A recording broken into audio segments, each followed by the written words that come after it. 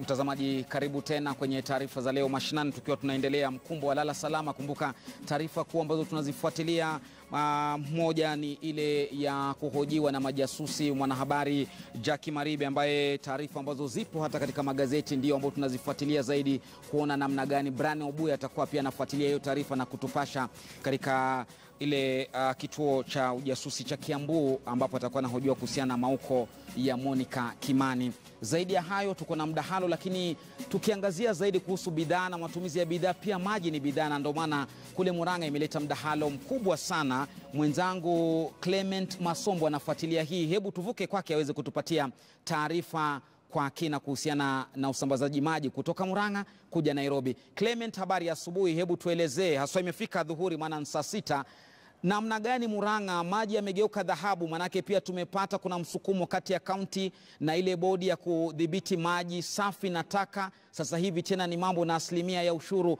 Namna gani Murang'a na maji?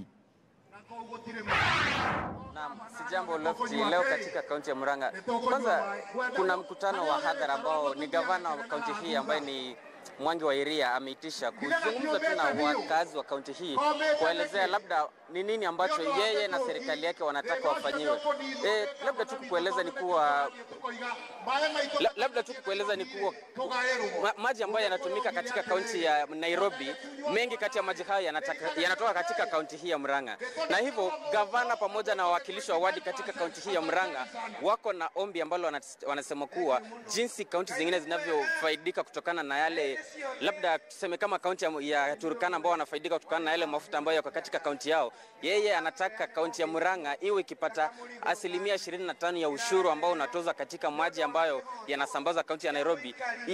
Asilimia 25 ya ushuru huo iwe inakuja katika kaunti ya Murang'a. Vile vile kuna mzozo kati ya serikali ya kaunti ya Murang'a na ile kampuni bodi ambayo inasimamia usambazaji wa maji katika kaunti hii, ambapo kumekuwa na mvutano kidogo. Tumeshuhudia maandamano kadha wa kadha, na vile vile jambo ambalo lilipeleka kuwa mzozo ikafikia wakati hata hapo jana waziri wa maji katika kaunti hii aliweza kufikishwa kotini kwa madai kuwa aliweza kumpiga labda na kupora moja kati ya wafanyikazi wa kampuni hiyo. So hivyo Lofty, ni mambo ambayo pengine tunaweza sema kuwa ni mzozo kidogo, mzozo wa kibabe ama mzozo wa kisiasa, lakini ni mambo ambayo hayajabainika. Kwa hivyo tunasubiri kuona kufikia wakati ambapo mkutano huu utakuwa unaisha, ni yapi ambayo labda yatakuwa yameafikiwa. Lofty. Clement, kwa jicho langu la tatu la mwanahabari, naona huu mzozo wa maji ama udhibiti wa maji kati ya kaunti na ile bodi ama ile kampuni ya kusambaza maji na kudhibiti maji ni kama na mwingiliano fulani na huu mshiko wa hii asilimia 25. Ni kweli kuna hizo siasa hapo ndani? Na Lofty, hatuwezi tupilia mbali kuwa kuna mwingiliano wa kisiasa.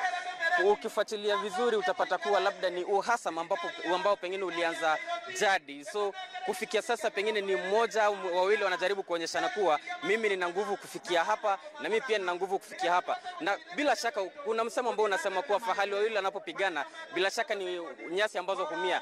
Na nyasi katika hali hii tutasema kuwa ni mwananchi wa Murang'a, ambapo imepelekea wananchi wa Murang'a kukosa maji kwa siku kadhaa. Kwingine kumekuwa na kampuni ya Muasco imekuwa ikienda ikikata maji kutoka kwa wateja wao. Tukaona gavana ametafuta watu ambao wameenda wakarudisha Wakenya maji. Kwa hivyo ni mvutano tu ambao tunaweza sema pengine ni siasa, pengine ni ubabe. Ndio hivyo Lofty. Na mwisho kabisa Clement, mkutano wa leo ama hadhara ya leo ni akina nani wamekuja? Gavana amekuja, nazungumza na nani? Maamuzi yatatoka kwa nani hadi yafike kwa serikali kuu ili ionekane kama hii asilimia 25 itabakia pale Murang'a? Na Lofty, mkutano wa leo gavana mwenyewe Mwangi wa Iria ameweza fika hapa. Tumemwona yuko pale kwenye jukwaa. Naibu wa gavana ambaye pia wa kaunti hii amefika pale, na wawakilishi wa wadi wa kaunti hii pia wako pale, kuanzia kwa kiongozi wa walio wengi bungeni, wote wako pale. Baadhi ya viongozi wengine hawapo, wabunge hawapo, seneta hayupo, na mwakilishi wa kina mama wa kaunti hii hayupo. Na nimeweza kusikia kwa mbali, ingawa alisema kwa lugha ambayo sikuelewa vizuri, lakini wamekuwa na ukashifu fulani kwa wabunge wa kaunti hii wakisema kuwa wanataka wabunge kutoka kaunti ya Murang'a waweze kuungana na mwananchi wa kawaida, ambapo wakati anapolilia maji wanataka wabunge wajiunge na vita vyao pia waweze kusaidiana nao katika vita hivi. Lofty.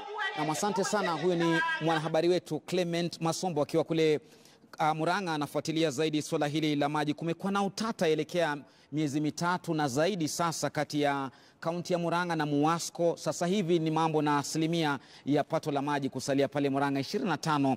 Hayo yote atakuwa anatujuza zaidi katika mfumuko wa taarifa zetu nyinginezo. Lakini karibu kwenye mdahalo tena, tunakuhusisha kwenye mitandao. Utuelezee iwapo unahisi ama unaaminia kwa kiwango gani, asilimia gani kile chakula na bidhaa unazotumia pale nyumbani, usalama wake. Na pia tunaangalia iwapo mgogoro katika bodi ya nafaka na mazao NCPB na athiri vipi uwepo wa chakula cha kutosha nchini Kenya. Claire Nasike kutoka Greenpeace Africa yuko hapa pamoja na Abraham Mutai ambaye ni mratibu wa Consumer Grassroots Association. Na wamejibu wengi pale, wengine wanaamini asilimia 50, wengine wanasema asilimia chini ya 50. Lakini tukiangalia zaidi, suluhu litakuwa linatoka wapi? Tukianza kwako Claire, bodi kuvunjwa ama tufanye namna gani kama wanavyotaka wakazi wa Eldoret? Kabla ni kujibu swali lako, ningependa kusema kwamba wananchi wengi, consumers wengi nchini Kenya, hawajui chakula ambacho wanakula kinatoka wapi. Hawajui kama kinanunuliwa kwa mkulima directly ama kinakuwa imported. Sasa kama sisi, kwa mfano sisi kama Greenpeace, tukishaelimisha wakulima kuhusu kilimo asili, ecological agriculture, tunahimiza consumers, tunawaelimisha, tunawahamasisha kuhusu wao kukula chakula ambacho ni hakiwadhuru kiafya. Lakini watajuaje kimetoka wapi, Claire? Watajuaje kimetoka wapi? Kwa sababu tunafaa kujua, tunafaa kupress our government, tunafaa make sure wale watu ambao wana provide chakula, wanatuambia hiki chakula kinatoka wapi. Wanafaa kukuwa na direct contact na wakulima. Kama bodi ya NCPB iko na direct contact na wakulima. Saa ile inauza hao mazao, inafaa kuelimisha wananchi kwamba haya mazao yanatoka kwa wakulima kutoka hii area. Hayo mazao pia yanafaa kuwa labeled. Hicho ni kitu ambacho hakifanyiki. Mara mingi unaenda supermarket, unapata tu chakula kiko hapo kimewekwa, wewe unanunua unakwenda zako. Hujui hicho chakula kimetoka wapi. Kama consumers, tunafaa kupress our government, make sure kwamba zile chakula ambazo ziko supermarket zimekuwa labeled. Consumer akienda pale kwenye supermarket anajua I'm buying this food. Hii chakula ambayo ninanunua imetoka area fulani na inakuwa supplied kwa hii supermarket. Kama ni Naivas, inasupplywa Naivas na wakulima kutoka Nyanza na wakulima kutoka Trans Nzoia ama wapi. Na hicho ni kitu ambacho hakiko sasa hivi nchini Kenya. Wewe ukienda pale supermarket, wewe unaenda unachukua apple na unaokota apple. Kile kitu ambacho nitaangalia sana ni bei tu, labda. Ni bei tu ama na expiry date, na labda expiry date. Hata hiyo tarehe ya chakula kuchina wengine hawaiangalii. Wengine hawaiangalii. Ndio maana sisi kama Greenpeace tukishaelimisha wakulima, tunakuwa na kitu tunaita consumer sensitization ama consumer awareness. Tunaenda kwenye malls tukielimisha consumers kwamba ni lazima ujue chakula ambacho unakinunua ama unakitumia chumbani mwako kinatoka wapi. Sasa kwa mfano kesho hivi tutakuwa pale Village Market. Kesho tutakuwa Village Market. Tuko na consumer sensitization event. Tunaelimisha wale consumers, wale ambao wataingia pale Village Market kesho kununua chakula, kwa sababu wengi wetu watu wanafanya shopping ya nyumbani weekendi. Lakini sasa Kilea, unaenda Village Market na mimi hapa, mimi naishi hapa Mukuru hapa sijui na la nini. Mbona msianze huku mashinani, mnalenga wale walala heri na kuna walala hoi huku? Hatujaanza tu Village Market peke yake. Tunafanya kazi na mashirika mengine. Kwa mfano kama tunaingia kwenye partnership na shirika ambalo linaitwa Kwanza Tukule. Kwanza Tukule wale wanapatia chakula wale watu wanauza street vendors. So sisi kama Greenpeace, wale wakulima ambao tumeelimisha wanaleta produce yao kwa hao watu wanaitwa Kwanza Tukule, na hiyo produce inafikia hao street vendors ambao unasema wako Mukuru. So hatufiki tu ati kwenye malls peke yake ama tunaacha wale watu ambao wako nje. Tuna kila mwezi tunasema tunaenda section fulani, tunaenda section nyingine, na tunafanya hivyo na wale partners wetu. Na Abraham ametaja swali zuri sana la chakula chatoka wapi. Majuma mawili yaliyopita kuna shehena ya samaki ilikamatwa huko maeneo ya magharibi, ikasemekana wametoka China, hawaeleweki. Sasa sijui kama pia nyinyi na shirika lenu mmeshindwa na kazi ama serikali imeamua mambo yao yalivyo. Tumlaumu nani hapa? Sisi kama Consumer Grassroots Association Haswa sisi venye amesema katika shirika lao, sisi pia katika shirika letu tufanya kazi na mashirika kadhaa, mashirika mbalimbali na vyama mbalimbali hapa nchini Kenya. Kwanza kabisa tukizungumza mambo ya samaki, we are working closely na shirika la KEBS kuangalia kwamba some of these things ambazo zinaletwa kutoka nchi za ng'ambo they are safe for consumption hapa nchini Kenya. So mambo ya samaki ambayo ilikuwa imeoza na ilikuwa imeletwa, nadhani hapa tunailaumu serikali. Moja kwa moja tunailaumu serikali. KEBS ilikuwa wapi wakati samaki ilitolewa kutoka ng'ambo ikaletwa mpaka Mombasa, ikatoka Mombasa ikajipata pale Eldoret? So kuna mashirika kadhaa, kuna KRA, kwa sababu KRA pia ina inspect some of these goods wakati zinakuja kutoka ng'ambo, zimefika pale Mombasa ama zimeshuka kutoka ndege. KRA pia ina inspect, inaangalia kwamba hizi bidhaa ambazo zinalipiwa ushuru ni bidhaa gani, ni aina gani. Kwa hivyo sisi kama consumer grassroots pia tuna engage the government. Tunakaa kama ile advocacy. We are like the social justice activists for the consumers. Tuna engage the government. We are ask the hard questions to KEBS kwamba hizi bidhaa zilifanyika vipi zikafikia Eldoret, kwanza kutoka Mombasa zikafikia wananchi. Na mshikilia hapo Abraham, tutarudi kuja kumalizia hapo ulipogusia zilitoka wapi, zikapita kwa nani, zikafika. Lakini wakati tunapozungumzia swala hili la ukosefu na utoshelezaji wa chakula nchini Kenya, sasa hivi waziri wa kilimo Mwangi Kiunjuri anahudhuria mkutano unaowaleta pamoja wakulima huko Meru. Na sasa tujiunge na mwanahabari mwenza George Maringa azungumze nasi zaidi kuhusiana na swala zima hili. George, hujambo? Hebu tueleze huko nako masuala ya chakula yako namna gani? Kiunjuri ana mazuri ama ni hekaya tukuleza Abunuasi?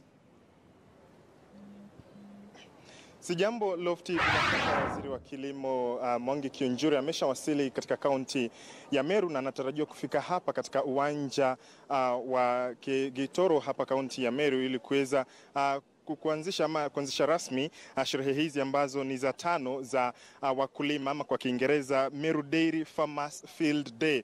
Na ndipo ambapo sherehe hizi ama siku hii inaleta pamoja wakulima wa maeneo mbalimbali, wa vile ambao wanafuga wanyama, wakulima wa mboga, wakulima wa vitu mbalimbali, ikifahamika kwamba eneo la Mlima Kenya Lofty ni lile ambalo linajulikana kwa wingi wa chakula. Na hivi sasa kinachoendelea ni tunatarajia kwamba waziri Kiunjuri atatoka upande ule kuja na kuhudhuria sherehe hizi, vile kuweza kuwahutubia wakulima waliojumuika hapa katika uwanja wa Gitoro. Na sherehe hizi ni za 5 na zimeandaliwa na kampuni ya Meru Dairy, Mount Kenya Milk, kwa ushirikiano na shirika la Meru Dairy Cooperative Union, ambalo ni shirika linalowaleta pamoja wakulima vile wanaoweza pia kusambaza ama kuuza bidhaa zao kwa kutumia shirika hili.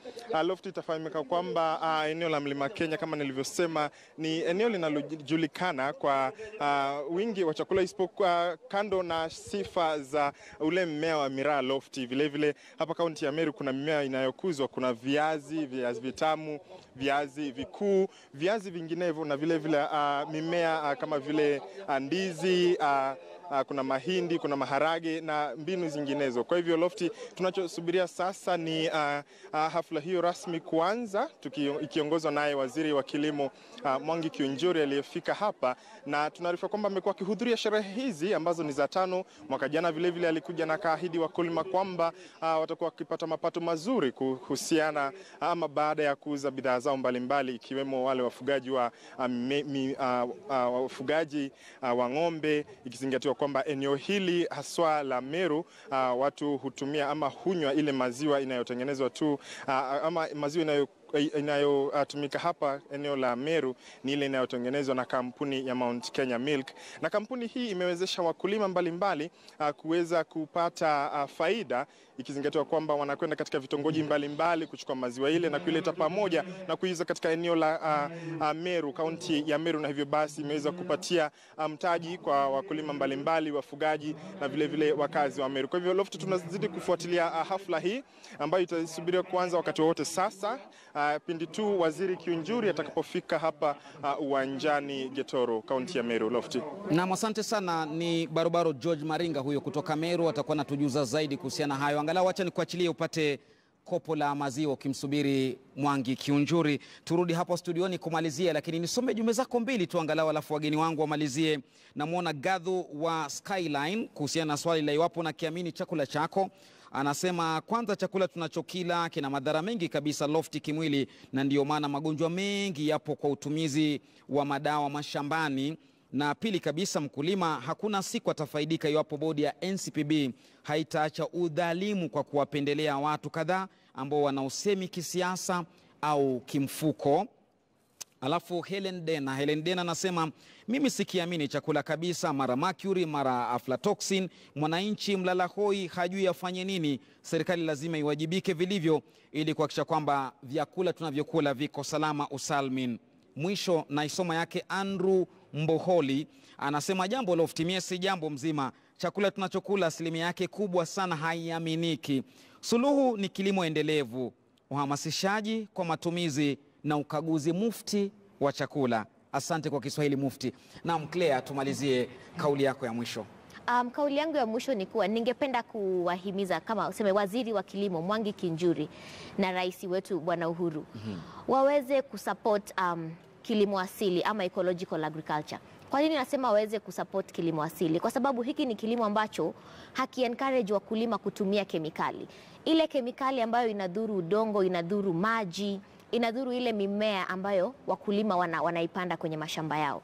Unajua ile mimea wakishatumia kemikali, hizo pesticides na hizo fertilizer zote zinabaki kwa hiyo mimea. Wakiuza ile mimea, ule mwananchi anaenda kula hicho chakula kinaenda kumdhuru. So tungehimiza sisi kama Greenpeace, tunahimiza waziri wa kilimo aweze kuangalia kilimo asili, manufaa yake. Asiangalie tu ile kupatia wakulima agricultural inputs, agrochemicals, unaona unasaidia wakulima na kufungua hafla kama hizi. Hapana, lazima aelimishe wakulima umuhimu wa kilimo asili. Tutunze mazingira bado tukiweza kujilisha sisi wenyewe. Tupate chakula ambacho ni chakula cha afya, chakula ambacho mtu anaenda kununua huna hofu, unasema ati hichi chakula ni kizuri kweli ama si kizuri. Tuweze kukula chakula ambacho ni cha afya. At the same time tunatunza mazingira yetu. Na vile vile kumalizia, wananchi wakitaka kujua zaidi juu ya kilimo asili, wasikose kupita kesho village market. Wale ambao wana uwezo wa kupita village market kesho, waweze kupita village market. Wataelimishwa zaidi juu ya zile mbolea ambazo wanaweza tumia ambazo ni environmental friendly, yani kama vile compost na biopesticides, zile ambazo hazidhuru udongo wala mazingira. Na pia tutakuwa kwenye Nairobi show wiki ijayo. Tutakuwa na stand up kwenye Nairobi show. Wanaweza pitia waone yale mazao ambayo tumepanda bila kutumia hizo kemikali zozote. Na pia tutakuwa na wakulima ambao watakuwa wanaonyesha vile ambavyo wamekuwa wakipanda na vyakula mbalimbali. Abraham, tukimalizia, sisi kama consumers grassroots association wakati huu tunafanya hizo tunaziita baraza ama vikao katika eneo mbalimbali hapa Kenya, mashinani kuelimisha na kuhamasisha wananchi, hasa wale ambao wanatumia bidhaa mbalimbali, si chakula pekee. Sisi tuangalia eneo zima la bidhaa ambazo ziko hapa nchini Kenya, kuanzia mafuta, tunazungumzia mambo ya madawa. Kama umenunua chochote kile ambacho umenunua, wewe ni consumer, umekitumia as a consumer. Tunahamasisha kwa sababu sisi tunaangalia haswa katika katiba ya Kenya, tuko na ile act ambayo inaitwa Consumer Grassroots.